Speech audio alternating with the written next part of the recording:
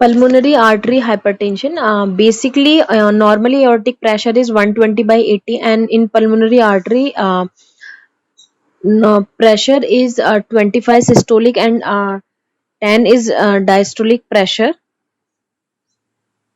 Now the causes of pulmonary hypertension is primary causes are idiopathic and secondary having cause. So what are the causes of secondary pulmonary hypertension? That is vasoconstrictions. Vasoconstriction, which are seen in COPD. In COPD, hypoxia is there due to vasoconstriction. Second one is second cause of secondary pulmonary artery hypertension is loss of blood vessels, which are mainly seen in sickle cell anemia, pulmonary embolism, emphysema. Third, third cause are increased pulmonary venous pressure. Fourth one is increased pulmonary artery hypertension. And fifth one is increased pulmonary blood flow. And also increased blood viscosity, due to which polycythemia, when a chronic hypoxia that leads to polycythemia or COPD, that polycythemia ultimately cause the pulmonary artery hypertension. There are two types of pre and post capillary pulmonary arterial hypertension. In pre capillary, left atrial or mm, pulmonary capillary wedge pressure is normal, whereas in post capillary the left atrial pressure is increased. Pulmonary artery, uh, pulmonary artery minus left atrial pressure gradient is more than 12 mm in precapillary and less than 12 millimeter of mercury in postcapillary. The causes of precapillary pulmonary artery hypertension is pulmonary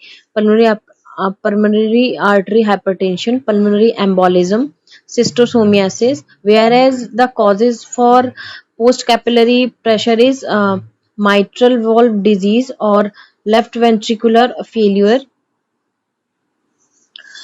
Primary pulmonary artery hypertension, most commonly found in females as compared to male, having dyspnea on exertion. If no bronchi, then no obstructive disease. If no crepitation, then no parenchymal disease. Then how to treat? We have to treat pulmonary arterial hypertension by giving the calcium channel blocker. So all the drugs which causes the vasodilation in periphery, not able to cause vasodilation in pulmonary artery, that first drug are calcium channel blocker.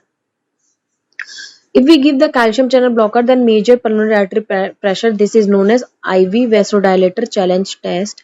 If pressure is decreased, then test is positive, then the calcium channel blocker is the drug of choice.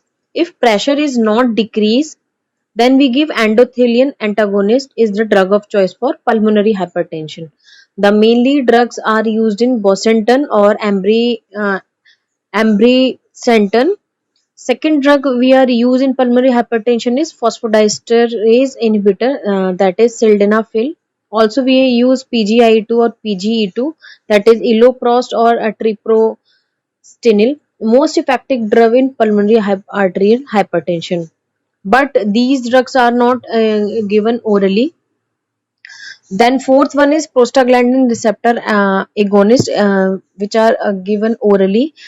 The drug name is selexipag, and one more drug is riociguat. If stimulate the enzyme guanylyl cyclase, it increase the cyclic GMP that leads to causing the vasodilation. So that's all about the pulmonary artery hypertension.